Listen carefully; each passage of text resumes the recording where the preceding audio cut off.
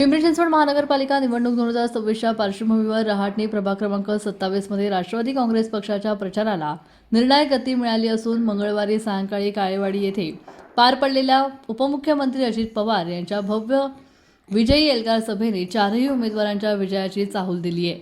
सभेला उत्स्फूर्त प्रतिसाद, प्रचंड गर्दी आणि कार्यकर्त्यांचा जोश पाहता संपूर्ण प्रभागात निवडणुकीचं वातावरण तापलेलं पाहायला मिळालंय।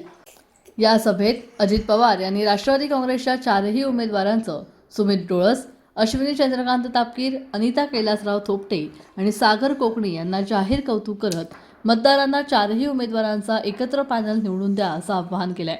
रहाटणी काळेवाडी परिसरातील रखडलेली विकास कामं, मूलभूत सुविधा, पायाभूत सोयी आणि नागरिकांच्या दैनंदिन प्रश्नांची जबाबदारी आपण स्वतः घेत असल्याचा ठाम विश्वासही त्यांनी उपस्थितांना दिला। या विजयी एल्गार सभेमुळे रहाटणी प्रभाग क्रमांक 27 मधील राष्ट्रवादी काँग्रेसच्या प्रचाराला नवे बळ मिळालं असून चारही उमेदवार एक संथ पॅनलच्या जोरावर विजयाच्या दिशेने भक्कम पावले टाकत असल्याचं चित्र स्पष्ट दिसून आलंय।